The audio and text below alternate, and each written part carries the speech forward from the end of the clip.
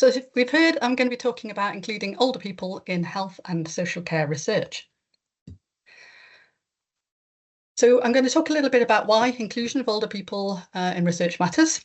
I'm sure it's quite obvious, but we'll talk through why that is important. We'll explore some of the barriers to inclusion of older people in research, and then think about some of the principles for designing more inclusive research, and think about some of the practical strategies that might help us include older people, particularly when we think about older people living in care homes.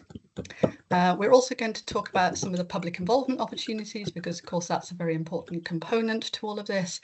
There will be some more links to useful resources at the end, and then, as we've heard, some time for questions and answers, and hopefully for you sharing your reflections and experiences as well. So first of all, thinking about why it's important to include older people in research. So we know that older people are underrepresented in research, including in conditions that primarily affect older people. And of course, that might be cancer, that might be cardiovascular disease, that might be Parkinson's disease. But it's important to recognise that older people are the fastest growing sector of the population, especially here in Wales, and that's predicted to continue to rise, as will the proportion of older people living with multiple long-term conditions. But as you can see, and as Age UK say, we've created this kind of knowledge shadow by systematically excluding older people from research. And this can lead to uncertainty about the risks and benefits for treatments when we think about older people, but important also to recognise that older people are, of course, far more than just consumers of health and social care, and that denying them access to research means denying them a voice in issues that matter greatly to them, and means we fail to capture the rich and powerful knowledge that can be gained from talking to people and including their lived experience. And this exclusion is really widespread and widely reported. You can see an example here, which was from the Chief Medical Officer for England, who in his report around health in an ageing society emphasises that older people are often systematically excluded from research, despite the majority of ill health being concentrated in this population. And this includes people, as I say, living with multiple long-term conditions, even though multimorbidity is normal for a significant majority of the intended treatment population. And as the Nuffield Council on Bioethics highlighted in their report on the future of ageing, this exclusion of older people is not homogenous, and there are particular groups of older people who have historically been underserved by research. And that might include people, particularly where we think about the reasons directly associated with the impacts of ageing. So people living in care homes, people with impaired capacity to consent, who are often excluded altogether. And this exclusion can be from a range of intended and unintended consequences. And this cartoon, I think, nicely summarises some of those for us.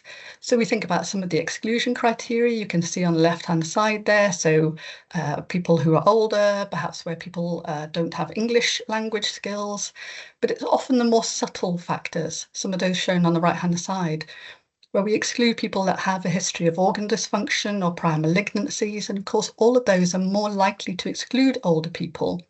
And that's even when they have little bearing on the treatment that we're studying as part of our research.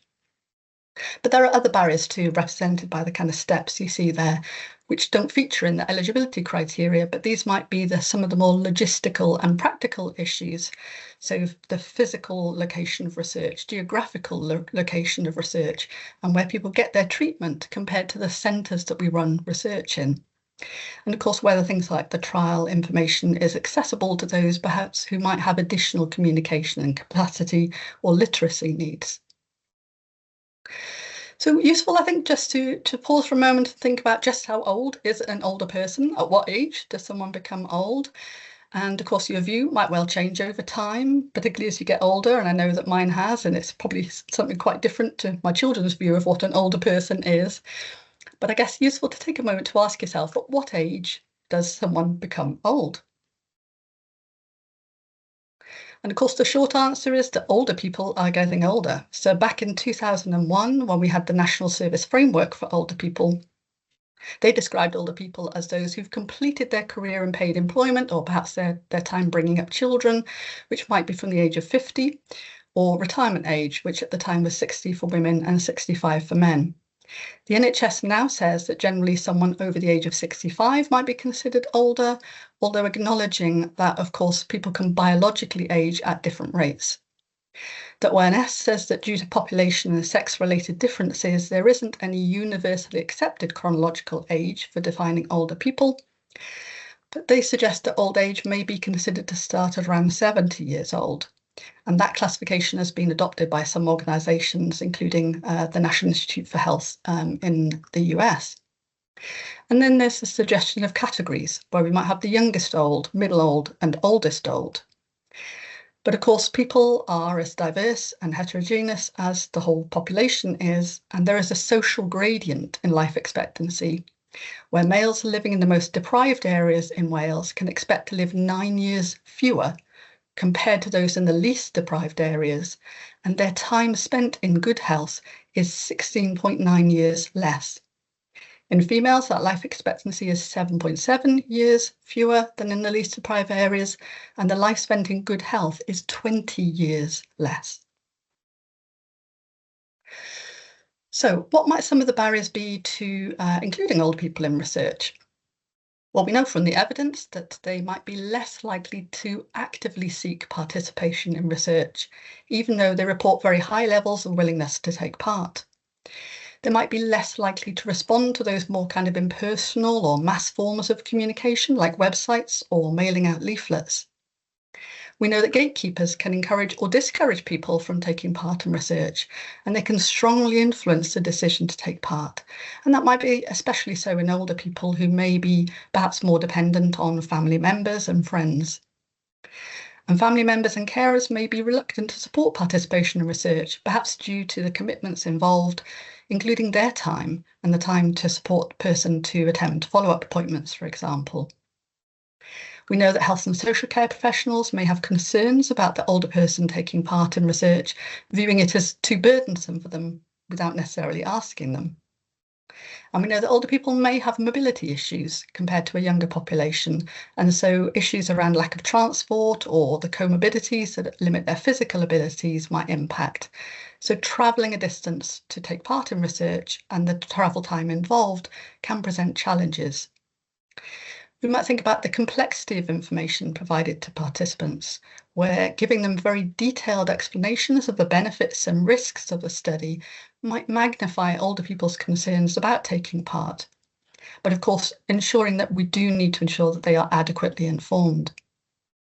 And the usual format of a standard information sheet can appear too lengthy and complex, which in combination with perhaps comorbidities, perhaps vision problems, perhaps decreased concentration, can discourage an older person from taking part. And consent for some can be more complicated by cognitive impairment, and so of course research must be designed to take account of this to ensure that people with a cognitive disability are not excluded from research that's potentially a benefit to them and of interest to them.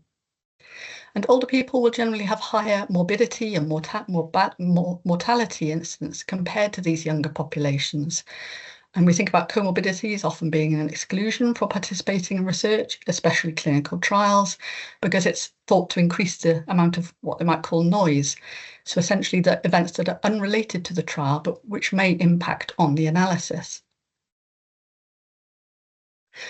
And for some older people, several factors might impact on their inclusion in research, and this intersectionality is really important to consider. So it's not just people's demographic factors, but also health-related, socioeconomic factors, geography, as I've mentioned. And issues relating to the inclusion of older people are more complex than just at an individual level. They operate across the research ecosystem. So some work I was involved in a couple of years ago where we outlined some of these multi-level and interacting factors to help us understand how different factors influence the research ecosystem and therefore the inclusion of older people in research. And we went on to develop 14 recommendations to address them with examples of good practice and relevant resources. So I strongly recommend looking at that paper. So moving on from some of the barriers to thinking about how we can ensure that older people are able to participate in a study. And there's lots of evidence around this that suggests that some strategies are more effective than others. So this slide shows data from a systematic review of strategies to improve the recruitment and retention of older people. And you can see that more personalised and flexible recruitment strategies are the most effective. And those are shown in those kind of darker green strips. With other facilitators, such as providing transport, amendments to study information, although that of course varied between studies. And there were some that showed less or perhaps no effect, and those are shown in that kind of greener strip. And those included things like radio or TV advertising, things like flyers or pamphlets, although they're commonly used. And of course, that comes back to that idea that mass communication may be less effective for this population. And of course, much of this evidence was before the rise of remote methods and perhaps more use of social media. So some of that evidence will change. So moving on to think about how we can increase the opportunity for older people to participate, and key to this is to design and conduct more inclusive research. And you can see on the slide here, I've outlined some principles on how to do this, and we'll take each one of these in turn. So studies must be designed to be inclusive at the outset. It's much harder to retrofit inclusivity. We need to think about our research question. Is it acceptable? Is it relevant to older people? Is it a priority topic? And if so, who is involved in setting the research priority? Did that involve older people? We think about the eligibility criteria, and nowadays the kind of arbitrary upper age limits have mostly disappeared. Not entirely, you still sometimes see those, but there are these other ways of excluding people. As I've mentioned, people that have multiple long-term conditions, which is more prevalent in older people and in more deprived groups.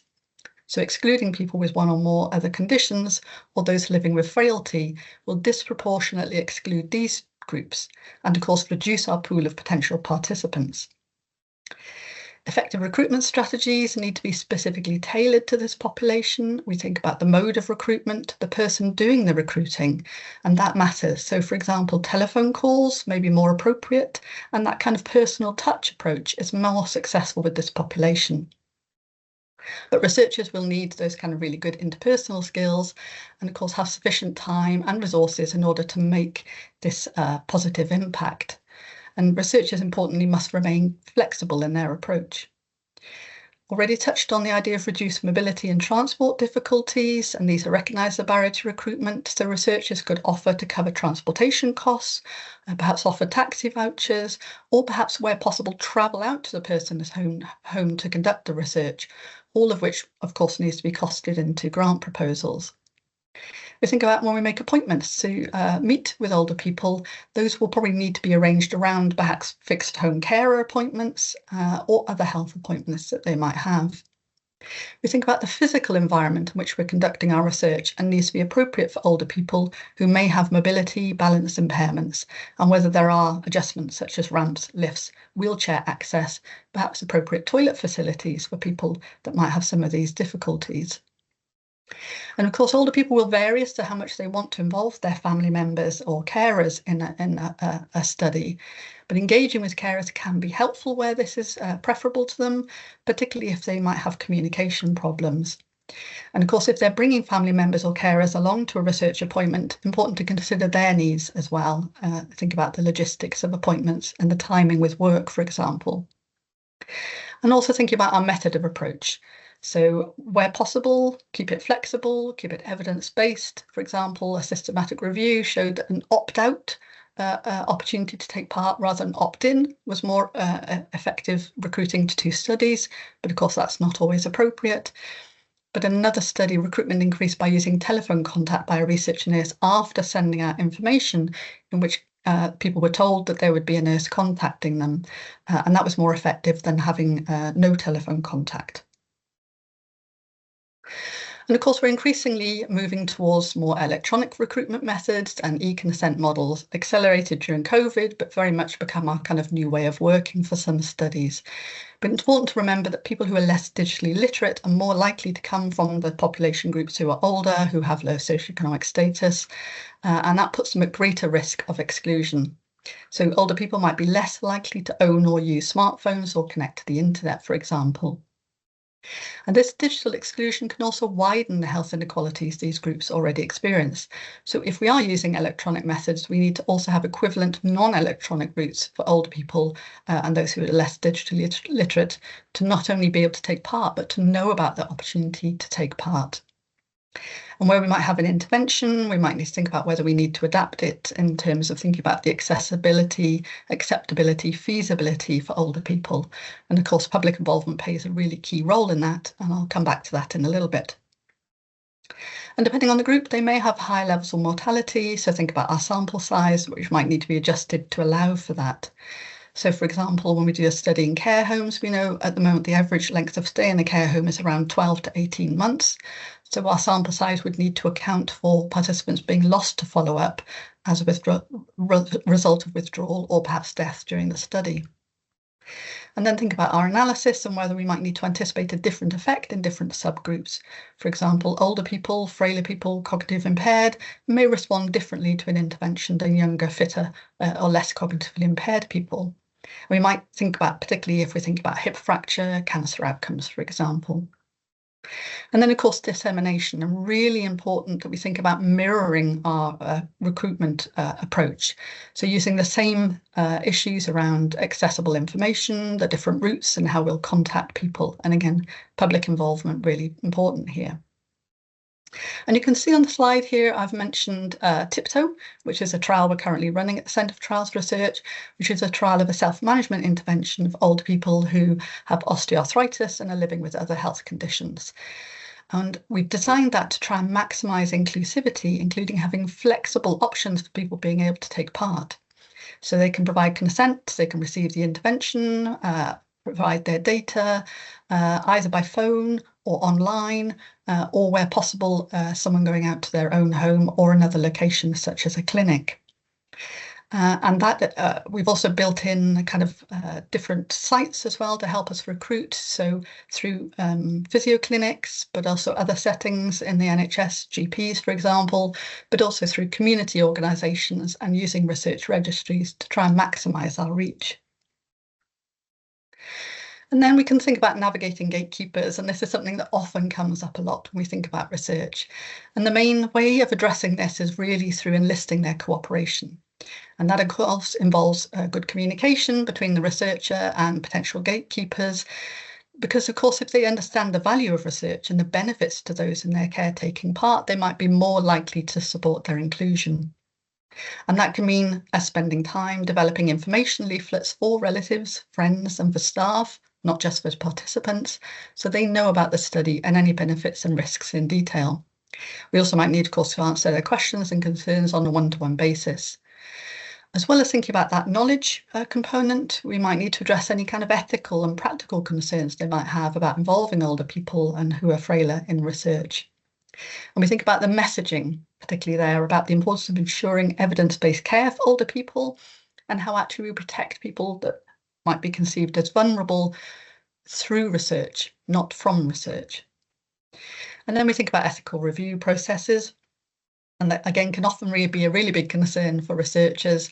So ensuring we get across key messages about the importance of inclusion in our ethics applications, that we have appropriate arrangements in place, and where we might be including people who lack capacity, that it goes to an ethics committee who's flagged to review that kind of study. And on the screen here, you can see mention SCC After, which again is another of our trials we're running out at the Centre for Trials Research. And this is a trial of adjuvant radiotherapy for people with skin cancer following surgical excision. And these populations are much more likely to be older. And we've integrated a study in it called a QRI, recruitment intervention, and an inclusion study as well. And this enables us to explore with patients, participants, and with clinicians what their kind of thinking are around equipoise for the study, how they communicate the study to older people, and whether they screen, approach, or actually recruit people who are older and who have multiple long-term conditions. So we're hoping it kind of reduces that kind of paternalistic, almost automatic decision not to even consider older, frailer patients for the study. And we've also included a process where we've got ethical approval for retaining participants who lose capacity because they'll be followed up for 4 years, so quite a considerable length of time. And including that population in a cancer trial is much more unusual than it is for other types of study. So we've embedded that in that trial. And then moving on to think about some of the strategies around how we can support informed consent. So thinking about how we present information, presenting simpler concepts first, and then building on that through that layering of information. Thinking about how we'll be providing the information, the route, such as whether in person or through a different route. Thinking about the format it's in and whether that might include, for example, easy read version or other types of accessible information. Thinking also about the environment in which we're providing information, whether it's a physical environment, thinking about the sound, the lighting, for example, or whether it's online, we think about the website and the accessibility of that. And then importantly, thinking about how we need to tailor our communication appropriate to the person's needs to ensure that we meet their communication needs. Looking at some real life examples to help illustrate some of that. So there you can see that's the range of information sheets that we have for that tiptoe trial that I've already mentioned, where we have a summary information sheet, we have a pictorial version, and those can be used to layer information before or alongside providing that full information sheet that has much more detailed information. We compare other studies where, again, we have those easy read versions of the information sheet, but importantly, of course, of the consent form as well. And there are tools to help us tailor our information appropriate to someone's communication needs. You can see on the screen the consent support tool, which was developed by speech and language therapists to help us assess a person's communication and support needs, and then know which version of an information sheet, for example, we might need to provide them. And then also thinking about that intersectionality consideration, so where someone might have communication needs but also don't have English as a first language, and how we might need to translate our information, but including things like translating easy read versions of documents as well. And then thinking now again about capacity and consent research, and I thought it might be useful to kind of revisit some of the principles that underpin capacity in research.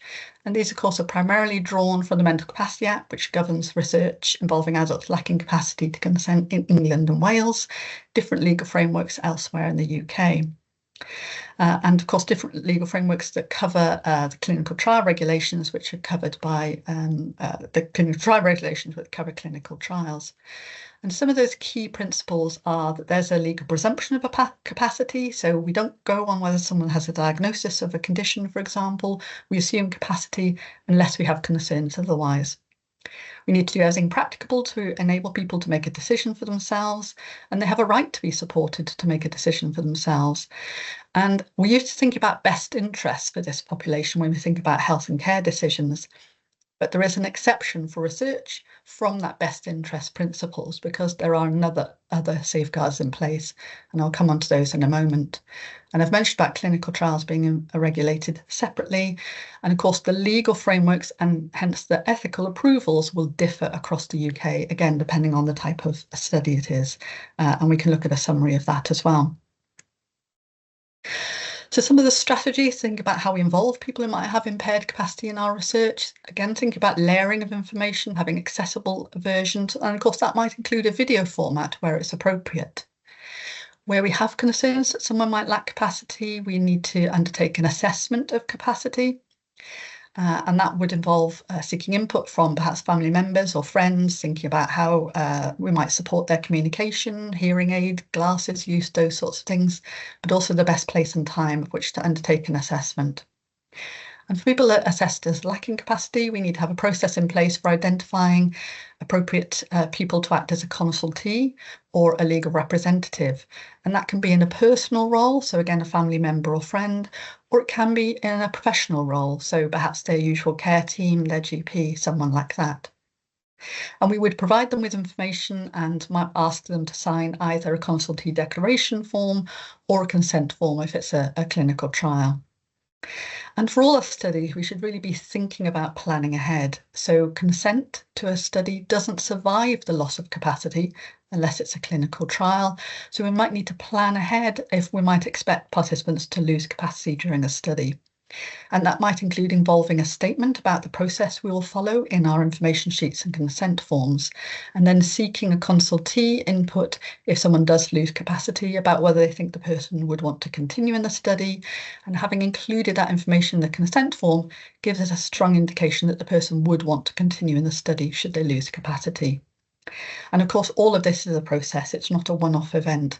So we might need to reassess capacity during someone's time in a study, and where they might regain capacity, we might need to revisit consent as appropriate. And then coming on to ethic approvals. And again, this is something that comes up a lot. I get lots of questions about this, about how we can manage this kind of process. And people might often have a lot of concerns about the difficulties of getting a study through an ethics committee as well. And of course, some of the key considerations will depend on what type of study you're doing, where you'll be recruiting participants, but important to know that all studies involving adults lacking capacity, whether they involve the NHS or not, have to be reviewed by an HRA or Health and Care Research Wales REC. They can't be reviewed by a university REC. And the areas the REC will consider, you can see in the kind of diagram on the screen, but essentially it needs to be that the research must be connected in some way to the impairing condition or the care or treatment of that condition. It doesn't need to be caused by, and that's a little bit different. But we need to justify why we couldn't do the research as effectively if it only included people who were able to give their own consent. We need to demonstrate we've got arrangements in place for appointing consultees or legal representatives, and that we're giving them appropriate information, and that we have these additional safeguards in place that I've mentioned. And course processes for any changes in capacity. So we'll need to have documents to support each stage of that process. So a document for a consultee or legal representative, but also for the participant if they recover capacity and that they can reconsent for themselves. And the good news is there's lots of resources around out there that can help support that kind of process if that's something that's less familiar with to you or something you'd like to gain more information about. So a whole host of information on the HRA website, and I've collated a lot of that information and links to where you'll find that on my website as well. There's lots of training out there. The NHR run e-learning on recruiting adults lacking capacity, and I've recently developed and launched training on trials, but it applies to other types of research as well, that talks through some of the ethical, legal and practical issues. And again, that's available free to use online as well. And then some tools. So again, this is one of my examples, that it's a structured way of helping you think about how you might design a study involving adults lacking capacity and what kind of resources you might need to cost in, for example, to a funding application. And then, of course, as well as successfully recruiting people to take part in a study, we also need to think about appropriate ways of collecting data. And again, that starts again at that kind of planning stage, thinking ahead. So we might want to pilot what other ways of collecting data we're thinking about with a sample of older people, a representative sample, to ensure that the instructions, the forms, the questions, if we're using any outcome measures, are actually appropriate for people. Again, including those that might have more visual or other sensory impairments. We might need to pay particular attention to the time needed to complete different assessments and how we can allow appropriate breaks in that to be factored in during assessment procedures. We might need to think about the methods we're using, again, whether more participatory methods, art-based methods are more appropriate than perhaps a questionnaire. And we need to think about minimising the burden of data collection, so avoiding what I often term as data buckaroo, where we know what data we want to collect and we can't resist adding in a few more questions or another outcome measure, for example, until now we can't actually even see what it is that we really do need to collect. And that cost burden means people are perhaps less likely to take part, less likely to provide all the data that we want. We need to factor all of this into our analysis plan and then to think about the use of routine data as well. And then think about retention, which of course is just as important as recruitment. And you can see here some of the evidence around what successful retention strategies, which include planning extra time, encouraging people, reimbursing travel, things like monetary incentives, funnily enough, are less successful with this population. And then I just want to pick up a little bit on what this might look like in different contexts, thinking particularly about care home studies, because there are particular things we might need to think about in that setting. So older people living in care homes, high prevalence of cognitive impairment, comorbidity, polypharmacy, somewhere around 75 to 80% will be living with dementia, probably around 70% might lack capacity to consent. And we know that care home staff play a really key role in research, so they might act as that kind of gatekeeper role, but also supporting participation. But as researchers, we need to be mindful that care home is the person's own home. So thinking about how we go into a care home and how we approach people. Strategies that might be effective are things like having posters displayed, leaflets to leave with photographs of the research team, and that might be particularly helpful where people have cognitive impairment. And as well as staff, relatives and friends all have a really key role, so thinking about how they can support participation. We know that staff turnover can be quite an issue in care home studies. So again, how we can involve a range of staff, become familiar with them, work alongside them. And we think about proxy data collection where that's needed, where again, care home staff, we might ask them to complete a questionnaire on behalf of a resident where we're not able to obtain information directly from the resident. There's lots of information and support and advice out there, particularly from Enrich Cymru, and you can see a link on the screen there, who are really helpful as a network of care homes and in care home research. And also some work done here in Wales around the barriers and facilitators explored by Brittany Nocciavelli's Engage study. And you can see an infographic on the screen there that picks up some of the evidence that she's identified in her studies. And then just to have a little look at what that looks like in practice, because that's always helpful. So this was a study we ran a couple of years ago called Princess. We were looking at a probiotic for care home residents and whether that reduced the numbers of infections and antibiotics that they needed. So we had research nurses going out to work with care homes to familiarise themselves, to build relationships, and that was really helpful. They helped establish eligibility, worked with care homes to approach residents. We recruited 310 residents. They had a mean age of 85. As you can see, close to 66% lack capacity to consent, again, relatively representative of the actual population. And we embedded a qualitative study in that, exploring their staff, families and research staff experiences of being part in the study. And we've reported some of our experiences from that and a previous care home study. So you can see some on the screen there, some of the work, including a kind of Methodist case that works as a kind of educational piece as well. And then lastly, to cover issues around the key role of public involvement in studies. So of course, this plays a really vital role and important to involve the right people in the right way. So thinking about level of participation, so that might be through that kind of consultation, collaboration, co-production, co-design approach. How you find the right people, we might think about going through perhaps disease-specific support groups, but also more broadly, and they can often share information via their newsletters with members. They could approach particular selected members, for example, through group meetings.